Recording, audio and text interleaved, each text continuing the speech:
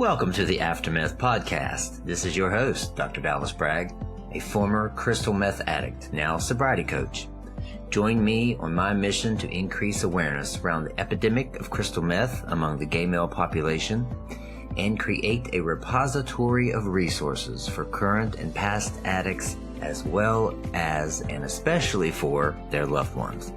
This is the AfterMeth. Trigger warning, this podcast will contain discussions pertaining to drug and alcohol misuse. If you feel triggered to use or relapse, please call SAMHSA's national hotline at 1-800-662-HELP.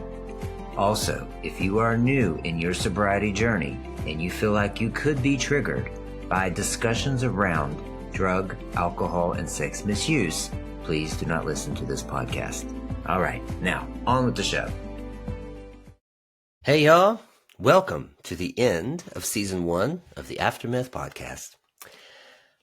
50 episodes. So surreal for me to think about.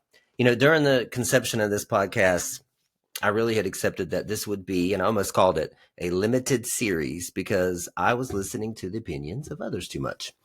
Something I used to do a lot. Other people, mostly gay men, told me that there isn't an audience because meth heads aren't cognizant enough to listen to a podcast. And the ones who were in recovery and they belonged to a 12-step program and would only listen to 12-step centered material. So when I went ahead and searched for podcasts out there to try to see if there's anything like this for, men who have sex with men in recovery from crystal meth, very niche, right? I found one podcast. It was, of course, the brilliant work of Dr. David Fawcett, but it looked like he had taken a break. So when I did that, I was told that there were no podcasts for this audience. If there's none out there, there's not an audience for it, right? But I forged ahead anyway. And almost a year later, I am honored and grateful that I did. So grateful that I did. And I am so happy that I stuck to my belief in this podcast and my intuition regarding how I wanted it to look and feel, the subject matter, as well as the overall message to you men who desire to be free from the addictive patterns of crystal meth use or have it in your past, as well as, of course, loved ones of men who are using, who want to try to understand the nuances of this particular addictive pattern in this particular demographic.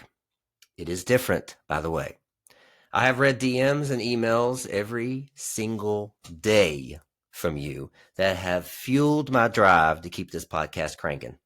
So, to close out season 1, I'm presenting to you a solo pod from yours truly that sums up all the questions I receive from men who want to turn away from chemsex, tina use, crystal meth misuse, whatever the hell you want to call it. You know what I'm talking about. So this is a comprehensive look. Well, I say comprehensive, but I guess it's an overall look at what I feel it takes to not only abstain from crystal meth, but attain your best and highest potentiality for yourself.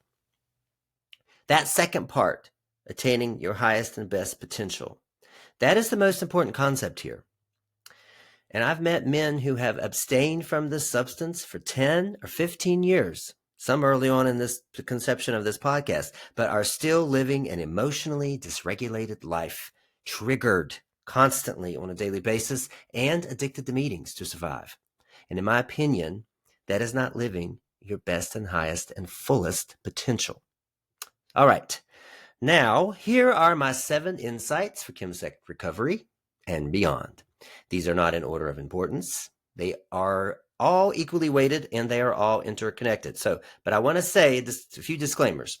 One is, if you are on the severe side of meth use disorder, perhaps you're physically dependent on the substance you're using every day, you need treatment, right? You need detox and treatment, and you're not ready for these concepts. These concepts are for later on, after treatment and or detox. It's like if I went to a starving child in Africa and said, just have a better mindset, it would just not be right. This is not medical advice either, by the way, nor am I I'm not even a certified addiction counselor, and I'm not a therapist. A lot of you lovely people on social media like to say, you're pretending to be a doctor. I'm not. I do have a doctorate degree. It is a terminal accredited degree, but I am not pretending to be a doctor. I am not dispensing medical advice, nor am I a therapist. So take it for what it's worth. Before I do get started, also, I want to share with you my overall agreements on life. The book that was a catalyst for me to come out was The Four Agreements, Don Miguel Ruiz, The Four Agreements of Life. And that made me come up with my own agreements. And one is that everything in my life is happening for me, not to me, for me, for my best interest. Everything. This is a law and an agreement. Nothing is excluded. And everything I desire already exists. So given those two agreements, I want you to keep that in mind because they have influenced these 7 insights. All right, here we go. Number 1, become the compassionate observer. So what does that mean? One time I was alone on my back patio. So if you haven't heard me talk about my setup when I was in before I got homeless, when I was in my condo that was the conveyor belt of men in and out when I was using, I had a back patio that led directly from my bedroom. It was on the ground floor.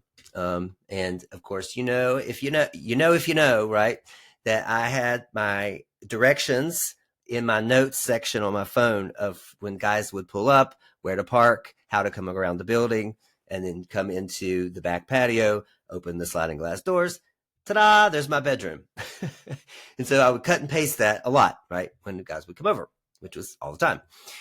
Anyway, one time I was back here on this patio, and it was also the area where we all took smoke breaks during the parties and stuff like that. But I was sitting alone this time in the dark, had Grindr open, waiting to answer a guy who wanted to come over and party. There was a voice inside of me saying, though, just go to bed this time. You have work tomorrow. You're already probably in trouble with work. And then you have another voice telling me, flip through his portfolio of nudes just one more time. Just flip through them again to build some anticipation, because this time it could be different. This guy seems normal. He's not from the area and he's pretty hot. Could be a great time. I'm sure it wasn't. But anyway, then something hit me in the back patio. If I was able to observe 2 different voices in my head, who is the one observing them? It was a pretty powerful epiphany for me at the time. And I was having it at that moment because after decades of being in church and learning about having a soul, it finally hit me like a lightning bolt that I wasn't the voices in my head. I was the observer of them. The observer had to be my consciousness, or as I say, my soul. The process of breaking away from your addictive patterns requires you to step out of the voices, step out of the cravings, step out of the emotions, the behaviors, and take the role of compassionate observer, because none of those things are truly you. A soul doesn't have addictive patterns. A soul doesn't waffle with decisions. It just is. So without getting too much into the woo-woo weeds, which I can do if you want, and if soul is a word that makes you uncomfortable, I'm sorry, just call it the observer if you want, whatever you want to call it. But when you are observing something, just say you're observing those voices, you can study it. You can manipulate it. It's like being in a lab, right? And most of all, you can detach from it. You must detach from what you think is you and your personality, which is your personal reality. This is why repeating "I'm an addict" can sometimes lead to identification with the concept of what we identify as an addict, whatever that concept is for you. When you attach yourself to a concept, you begin to act the part. And that idea begins to control your life. It's the perspective and the lens through which you see the world and yourself. But if you can observe addictive patterns, that infers they aren't you. They aren't yours. They are behaviors to be studied. In recovery, you become the ultimate student of yourself. Actually, a client told me the other day to call it discovery instead of recovery. Thank you very much. I like that. The consciousness behind your statements will change when this happens. For instance, quote, I don't know why I went over to his house to use again. I've heard it a million times. I don't know why I went over there again. It can come from a hopeless victim of your behaviors or from a place of compassionate observer.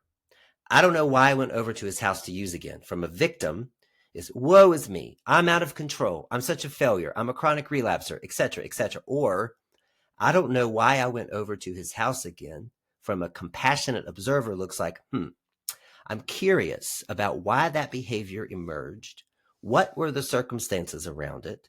What were the thoughts I was experiencing? What were the emotions?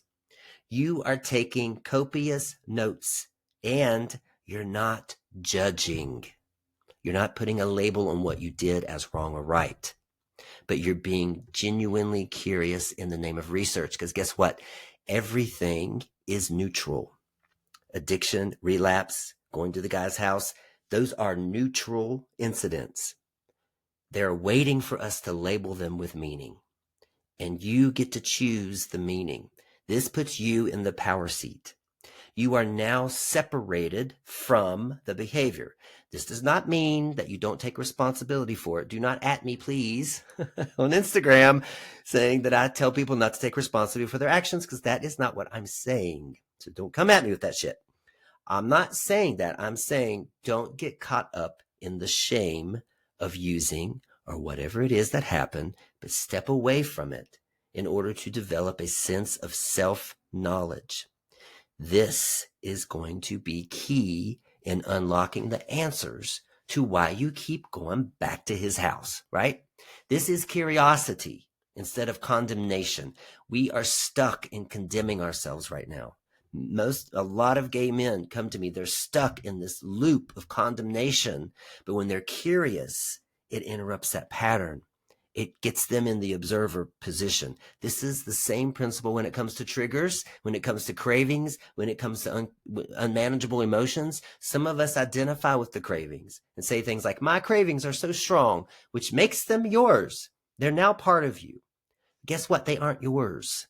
They just are. If you can observe the cravings I'm experiencing cravings, you can get a sense of where they are showing up in your body. What do they feel like? Where might they be coming from? Etc. And that's how you get a hold of them.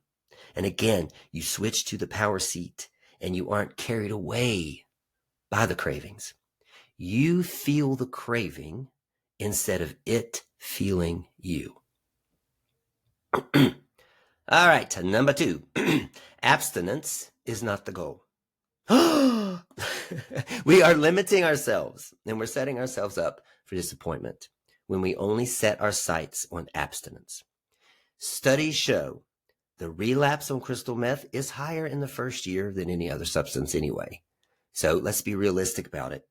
Then if you happen to use, you think you've totally failed because you have set a success fail, use, not use. That is it. That's your only measure of success. That's your only measure of how you're doing in your recovery. And then we think we have to start over for some reason. I'll get to that later. But then I've seen it time and again. A guy puts together a substantial amount of time away from meth, and then all of a sudden he's lost. He said, wait a minute, I hit my goal. What now? Either that or he jumps in a relationship as protection from the drug, or he protects himself with meetings. This is what I did when I married a woman. I was running away from my sexuality and the work it would take, the pain of coming out as a gay man. The easiest and fastest solution for me was to marry a woman. It's protection. A beard, I guess you could say. And then by avoiding the work, the pain only built up. And then it all manifested as suicidal ideations. That's why we don't take care of things now. They're going to come out no matter how long you stay abstinent from the substance. And once that woman was gone and I came out, I thought I had reached the goal, right? Thought I had succeeded. And like many men who are abstaining from meth, they think they've reached the goal and now they can embrace a euphoric existence, skip off into the distance.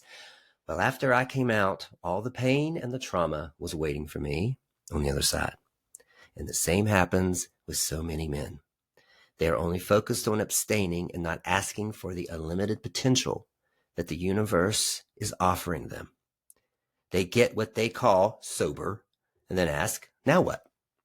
Well, now what is levels of happiness, peace, contentment, love that you never thought possible, a healed life of living as your best and highest existence. That's your goal. We think, if only I could quit Tina, then I'll be happy. Then my problems are over. Wrong.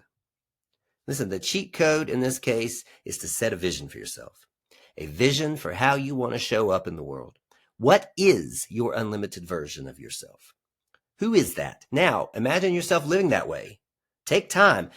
The best thing you can do is take time to lie down, close your eyes, and imagine. Daydream. How are you showing up with friends, family, partners, work? Who is this person? Feel the emotion of being that person. Feel the emotion of how that existence is in your body. Have the conversations in your mind of how it's going to be, and then store that feeling in your heart. It might sound corny, but how is what you're doing working for you? Try my way for once. Store that feeling and work to feel it every day. Get back to that. Close your eyes and get back to that feeling as often as possible. You don't have to wait for external circumstances like abstinence to feel happy, peaceful, and content. We think we have to punish ourselves. We think we have to pay a penance for use. Find that emotion and hang on to it as much as possible. That's the goal. That state of consciousness of who you are next is what you want, not just a meth-free life. No matter what circumstances tell you either. You may have used a week ago. So what? Chase that emotion. Chase that state of being that your vision gives you. So many of you are stuck because you don't have a vision. You just think, I just need to stop using. But how can you move forward if you don't know where you're going? Create the vision and viscerally feel it in your body, your soul, and your mind. Then begin asking yourself with every thought, with every word, every behavior, every decision, am I choosing my future self or am I choosing my past self? Who am I casting a vote for right now?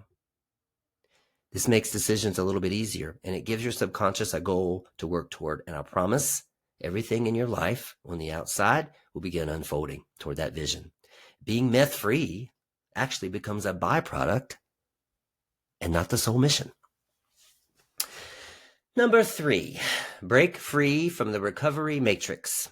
So somewhere down the line, we all agreed to a definition of how we are supposed to live, how we're supposed to talk, how we're supposed to believe, and one route to get there based on a group of men's thoughts and one book. Nope, I am not talking about Christianity. Sure sounds like it, doesn't it? I'm referring to the 12-step programs. I've been accused of being anti-12-step, and let me set the record straight. I am absolutely not. But I am pro-choice, and I am pro-self-empowerment, and I am pro-choose the route that fucking best suits you and go for it. Take the red pill and break out of this matrix if it's not working for you of what you are supposed to be doing and how you are supposed to be doing it. I love that the 12-step meetings are available for people in early recovery. I send them there all the time. I love that they're 24/7 all around the world.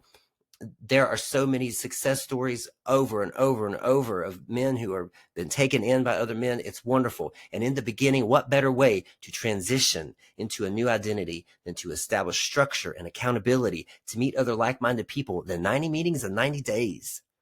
And there are so many people who swear by the 12-step program, but there are so many people who don't. And there are so many people who come to me that are worse off because of some of the people involved in the program. Just like in Christianity, some people give it a bad name. Our humanness gets in the way and we end up doing more harm than good. I've talked to men who are scared to death that they are in this group of people that apparently the big book mentions who never stop relapsing for the rest of their lives. This hopeless group who it never works for because they never work it. In other words, they who burn in eternal flames of hell. So many men are so scared of this and they quit going to the meetings because they couldn't stomach another walk of shame to get another white T tag. The idea of being judged, especially in an LGBTQ fellowship, was just too much for them to bear, so they just gave up altogether. Or the guys who were told by sponsors that because they used poppers or they accidentally drank a beverage that had a small percentage of alcohol in it, that they had relapsed and they had lost all their time and they had to go back and get a white chip or whatever. These men approached their recovery already from a hopeless victimhood perspective, from a fear-based mindset, believing that they had to take everything anyone said and what this book said at face value and follow it or else. They weren't being the compassionate observer of their recovery / discovery. They weren't empowering themselves to connect to their own intuition, to their own bodies, to discern whether or not a rule of law that really isn't even a law, by the way, sits right with them and works for their own journey.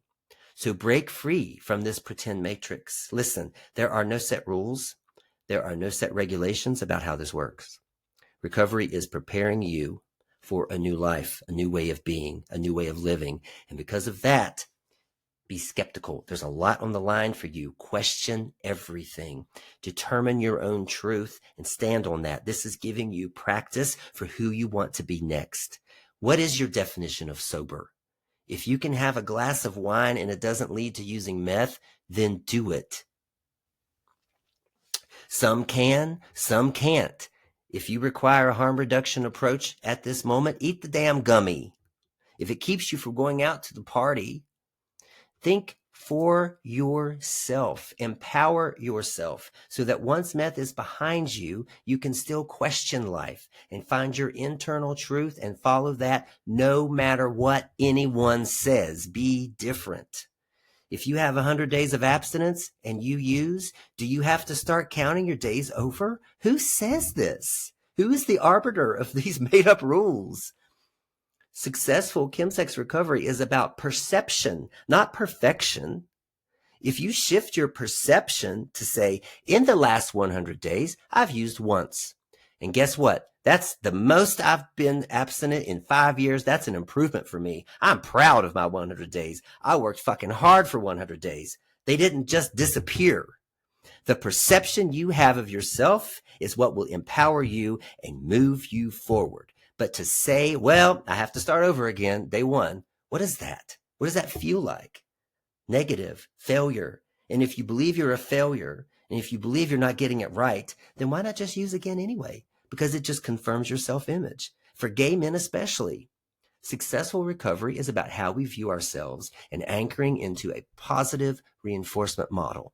So go to the meetings if they help, but also don't go to the meetings if they don't help. Either way, as long as it's a choice you make out of inspiration to be authentic, not obligation to some arbitrary person or book. You are investing in your highest version here. Be smart about it.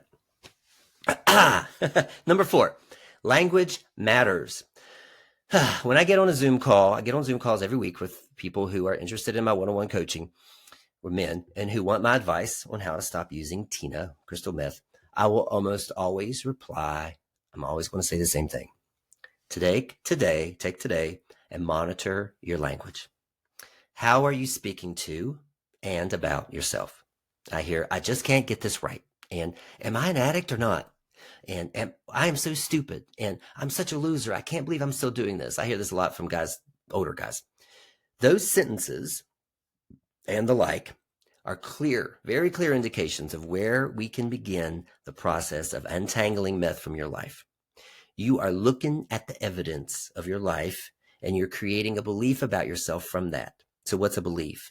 A belief is a thought you keep thinking or words you keep saying.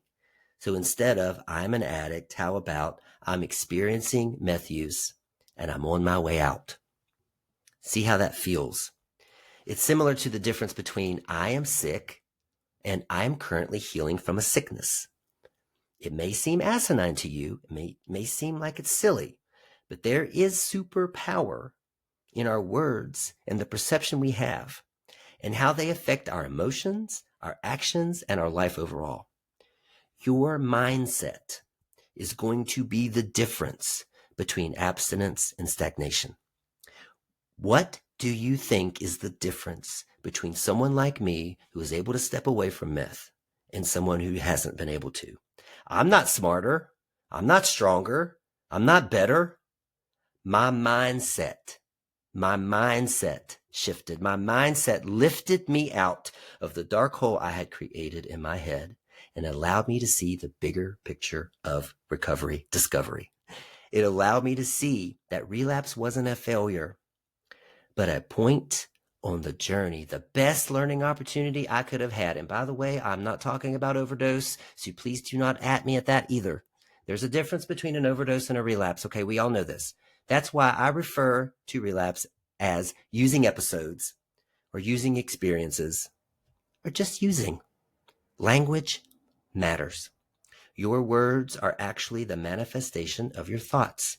So when you allow an intrusive thought, like I'm not good enough, or I'm not strong enough, I can't do this, why am I so stupid, to become actual words, you ramp up their power 1,000 times.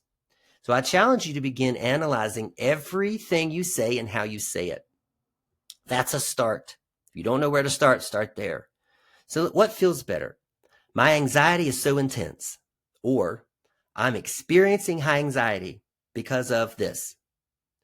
My cravings are so strong, or I'm experiencing cravings right now, and I know they will pass soon. It makes a huge ass difference. If you follow my newsletters, you know also how I feel about the word clean.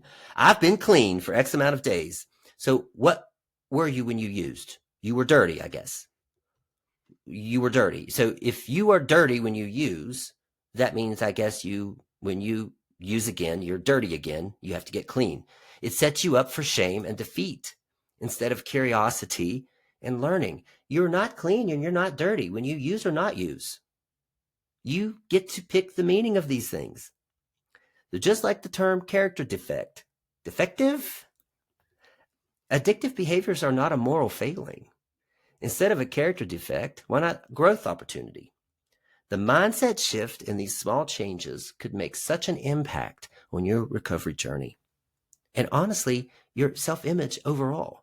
So make up your own words and phrases if you want. Why not go the extra mile? Come up with your own recovery glossary. Who cares? There are no rules here.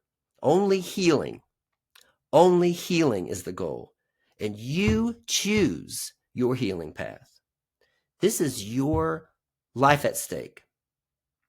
Choose your words in a way that moves you forward and alleviates the shame and the guilt. Okay, number 5. It ain't the sex. Every time I ask a man, why are you using crystal meth? They would typically always say, for the hot sex, right? But then when I ask more questions, I find out they aren't even having sex on it anymore. Guys are in psychosis when they get there, or paranoia, or they're stuck on Grindr finding more guys, or simply too tired because they've been up too long. They can't get out of the zombie haze.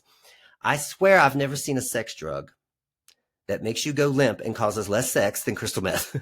But I know there are exceptions. I know some of y'all are still out there having all kinds of fun on it.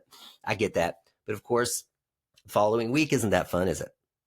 But I still say it's not the sex that's bringing you back. And if you can break out of that, you're going to really dig down to the core of what's happening here. It's the state of being you get from the crystal meth experience, from the party, right? Or even if you do a solo party, a lot of you, more often than not now from COVID, a lot of guys are doing it solo, whatever you're getting from that. It is sometimes being a part of this secret society of Tina users. That's what the thrill is, right? This hiding in plain sight world we step into.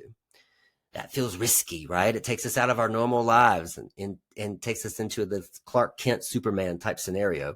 Sometimes it is our coping mechanism, right? For escaping the pressures of life, the difficult emotions we keep avoiding, the grief we haven't processed.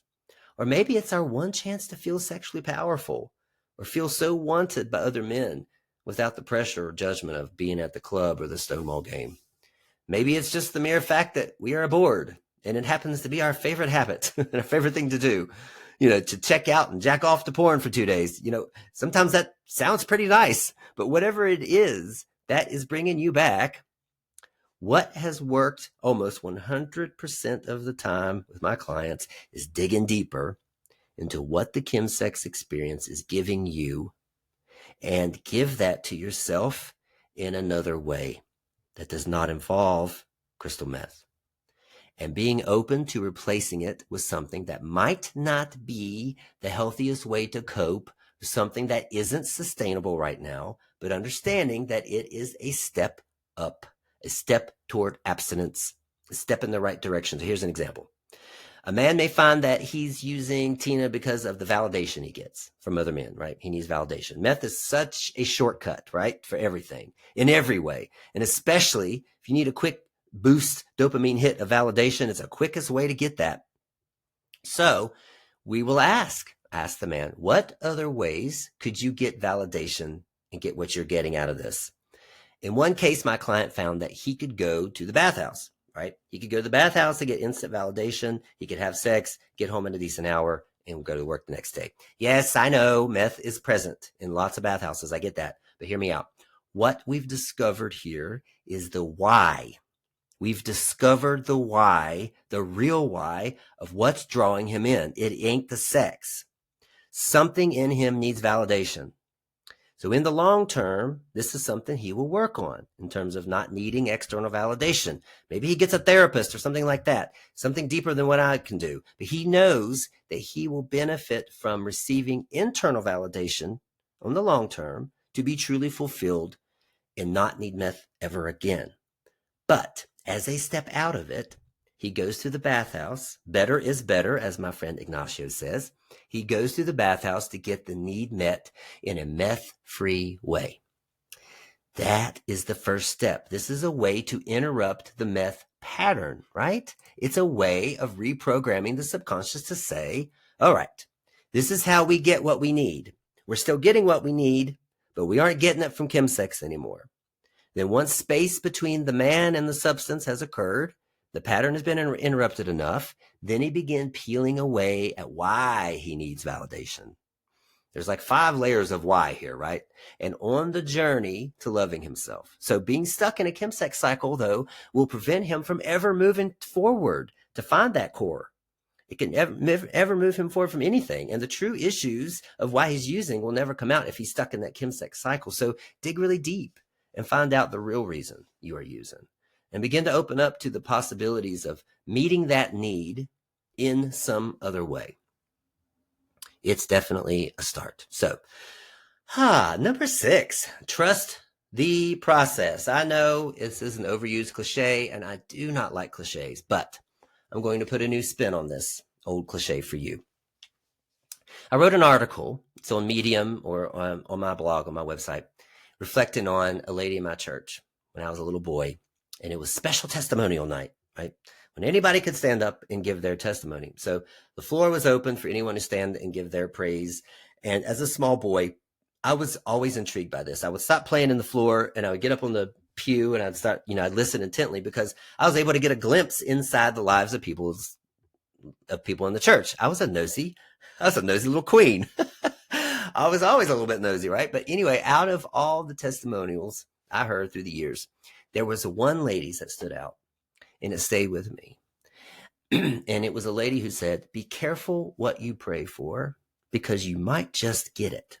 And that really stuck in my mind, and I know why now. She went on to explain that she had prayed for patience. And by praying and asking God for patience, she had endured an onslaught of misfortune, one after the other, in a whole year's time in her life. For that whole year, inevitably, after that, it taught her patience. So what she's saying is, and I guess that stuck with me because it was a divine download and a true understanding for me of how this universe works. We ask for something and we receive it. We immediately receive it. The path opens in that moment to the desires of our heart. The issue is, most of the time, we have a preconceived idea of what the road to that desire should look like. But we are viewing it from a limited human mindset. In retrospect, we always say, right? Oh, that's why that happened. Or that's why I ended up dating that guy, to learn this, to get here, to do that. When at the time, it felt like the world was against us, right? That our prayers weren't getting answered. when in reality, the world was working to deliver our desires. We just had to go through those experiences to get the gift, to get the healing, to get the lesson, to move on to the next thing, to get to where we want to go. It is my belief that each one of us who are having or have had a relationship with crystal meth are undergoing a crucible of sorts, part of a divine curriculum to give us our heart's desire. Whatever that was born before our experience. Maybe we want peace. Maybe we want healing of a trauma. Maybe it's our soulmate. Whatever it is we want, we must go through the assignment of crystal meth experience to get there. If we accept that every single thing in our lives is happening for us and for our best, that includes substance use, and it includes what we know as relapse. It includes it all. We have in our limited minds created this linear process for achieving abstinence that is just totally fucking us up and skewing the plan and the whole recovery journey. Listen, general life, learning, and healing is not linear. So why would recovery be? So when we start counting from 1 every time we use and put ourselves through the hell of starting over, we are totally denying the divine curriculum of our lives. We are essentially playing and questioning God. So when we ask for abstinence, maybe the plan to get us to a place of being ready to be abstinent requires some, quote, relapses. Maybe this is just part of the journey. This is where I would encourage you to maintain a sense of certainty, not hope. I hope I can do this implies weak faith. It's giving you an out to fail. It infers, ironically, hopelessness. And certainty says that no matter what happens, it is for my best, and I'm going to learn. I'm going to be that compassionate observer. I'm going to learn what I can from it. I'm going to take the learning, and I'm going to take the wins, and I'm going to anchor into that. Certainty says that no matter what the 5 senses tell me right now, I'm on my way out of this experience, and I'm moving forward to my heart's desire, which is abstinence, or whatever the goal was after that. I see the future me. And every day I'm becoming him. You won't know unless you approach it as the compassionate observer that I mentioned earlier. Curiosity will allow you to see relapse using differently and how it fits into the overall puzzle of our lives. But it is all marching you forward to the desires of your heart. You may not understand why now. And even if you don't have a desire of your heart, we are all programmed in our DNA to fulfill our greatest potential anyway. Just like the acorn's programmed to be the oak, right? The seed, a flower, etc., etc. We are always growing toward our highest potential, whether we like it or not. Everything is pushing us forward for that. So you can either go through this process from a place of joy, gratitude, learning, or you can go through this process from a place of pain, shame, and guilt. Either way, you're going to go through it. The lesson here is the journey and the process of letting go of the guilt and the shame of what you did with crystal meth, the guilt and the shame of what was built up before the crystal meth, whatever it was that pushed you into using, that need for validation, whatever it was, the beliefs you have about yourself. The lesson here is the healing and the processing of all of that. The crystal meth experience has been the catalyst needed to answer your heart's desire to get you to be to a bigger and better place, a best and highest version of yourself, to work through all of that, to shake all of it loose. That's what the crystal meth experience is there for. The lesson is the journey, not the destination. Another cliche, I guess. All right, number 7, last one. Consistent daily action. So yes, there are some tangible, practical concepts to go over. The thing is, y'all know the basics, right? As they say in the 12 steps, people, places, and things. Stay off fucking Grindr, Sniffies, WhatsApp, Telegram, BBRT, etc., etc. Change your phone number. Deactivate social media. Stay away from that neighborhood you used to use in. Surrender your phone to someone at night if you have to. Have your straight girlfriend spend the night and stay in your bed with you so you don't get your ass out partying. Look, all the things we have to do in early recovery to infantilize ourselves because access to crystal meth or Tina is just too damn easy. If we don't do those basics, then we're not going to get very far. We become so sneaky too, or at least we think we are. You know, I've had guys invite their girlfriends over. I've had them go live with their aunt or whatever and sleep in somewhere where they're monitored. And the nosiest and most intrusive relative or friend are the ones that's going to keep you from partying. So do what you have to do, knowing that it's all temporary. This is not the rest of your life. It's an investment in long-term and sustainable change. You are not just ridding meth out of your lives. You are allowing your old life to die. You are unbecoming everything the world made you. You aren't learning anything new here. You are unlearning all of the fucked up beliefs you accept about yourself and the world around you. And all of this begins with building trust in yourself. And all of it begins, even before that, like I said, extreme measures to get you separated from the substance. If you go to treatment, they're going to take your phone away. Why do you think they do that? You have lied to yourself and the subconscious so much that your words and your intentions mean nothing anymore. It is like that friend who keeps lying to you or hurting you and keeps apologizing. Eventually, the I'm sorry is just meaningless noise. How many times have you said, I'm never using again, and then you used again, right? There's no integrity left in you, which is why I never suggest saying I'll never use again. I think you should begin with honesty. I want to use again. And you know what? It could happen. There's something counterintuitive about that to set you free.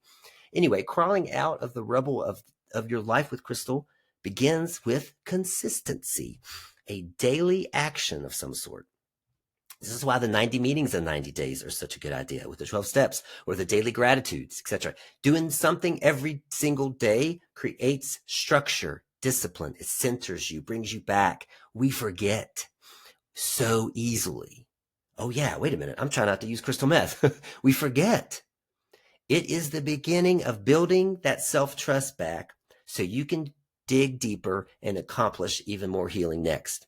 But don't let anyone dictate to you what that consistent daily action is. You don't have to take a cold plunge. You don't have to meditate and yoga and gym every single day and every single morning just because you see that on Instagram. Choose one thing that resonates with you. This is back to that empowerment. This is back to you choosing what works for you. If it is journaling, then begin with one sentence. One sentence a day for 1 week. Accomplish that goal. Pat yourself on the back. Anchor into that. Really lean into that win. You are reprogramming your subconscious to believe that you're going to do what you say you're going to do.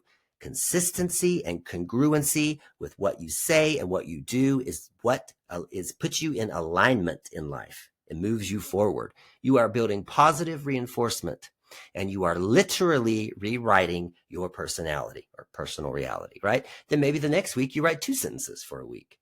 Start small and really zone in on the wins. Congratulate yourself. Consistent daily action is a way of saying to your subconscious that we are adopting new patterns. You are asking it for help in repeating the cycles that you wrote, the cycles that you want repeated, not the ones that were given to you by default. The underlying principle here is that your subconscious is an algorithm. And I think algorithms were modeled after our minds.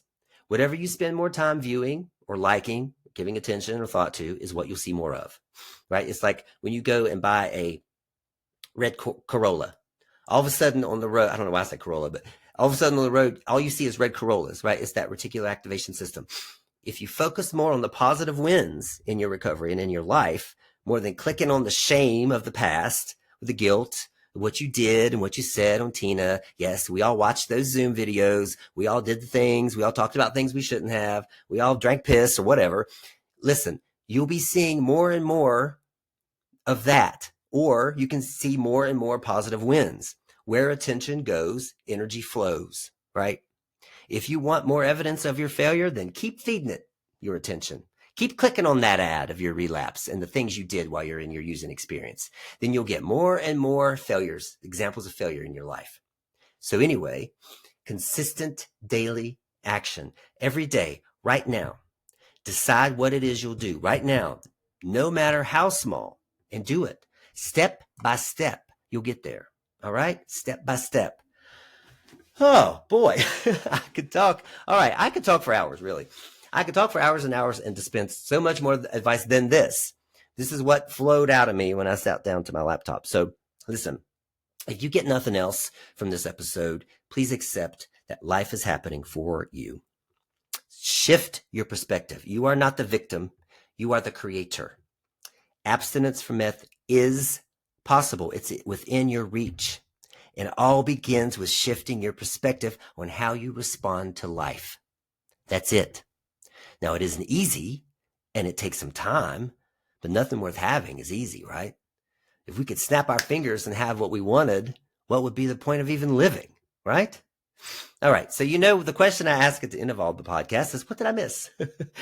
What did I miss that you would like to add? Or what did I say that you didn't agree with? Let's have that too. But I'd like to hear your thoughts. Comment on the YouTube video, comment on the Spotify video, send me a DM, whatever you want to do, however you want to do it. I'll push out all kinds of promos for this podcast. Comment on there. Tell me what I missed that you would add. All right. That is season 1. We're going to be back in a few weeks with season 2. It's going to have a new look, a new feel. Excited about it. I love you guys very much, and I will see you in a few weeks.